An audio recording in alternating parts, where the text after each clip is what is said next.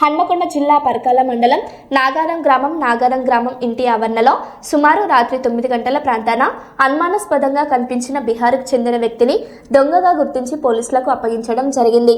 దయచేసి గ్రామ ప్రజలు అప్రమత్తంగా ఉండాలని గ్రామ పెద్దలు తెలియజేశారు.